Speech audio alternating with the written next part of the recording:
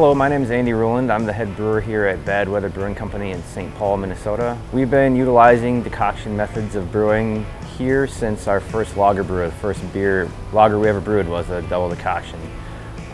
We and myself like using decoctions from a historical standpoint, kind of an older school method of brewing.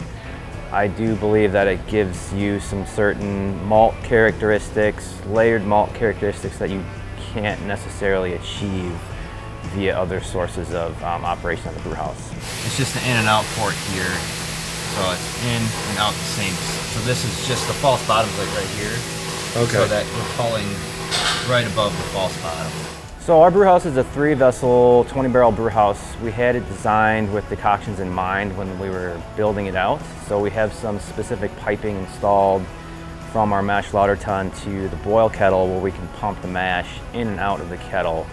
It's a fairly manual method for us. We are not stirring with any mechanical action, so during decoctions and heating decoctions, we're manually stirring the decoction with a giant mash paddle that we have in the kettle. So a lot of times with the decoction process, you're aiming for not only some of those Maillard reactions in the decoction, but also specific target of mash temps. So we usually will pull a certain volume of decoction and consistency of decoction based on the temperature that we are at in the mash and then what our temperature would be at when we pump it back. So we're pulling, say, 6 barrels of decoction, we're heating that to about 200 degrees or so, simmer that for about 20 minutes, and then we pump it back to the main mash, and then we achieve the next temperature rest, depending on the recipes. With our setup, we find that kind of 200 degrees seems to work best for us. We have kind of toyed with the idea of maybe going a little warmer and see what happens, but versus maybe more traditional brew houses set up for more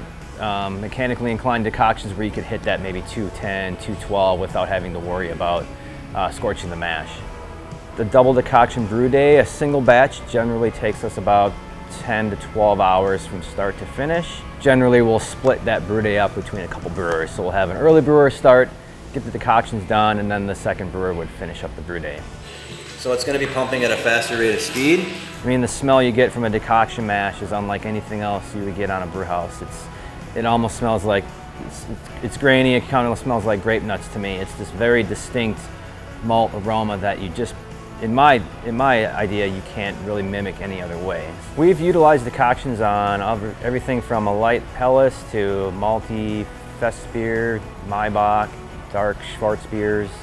We're huge advocates for utilizing decoctions on all styles of lager beer, and would emphasize and urge anyone out there that was thinking about doing a decoction, just give it a shot and just see, especially if you have a base style, you can do a side-by-side and see what kind of difference you can get from that method.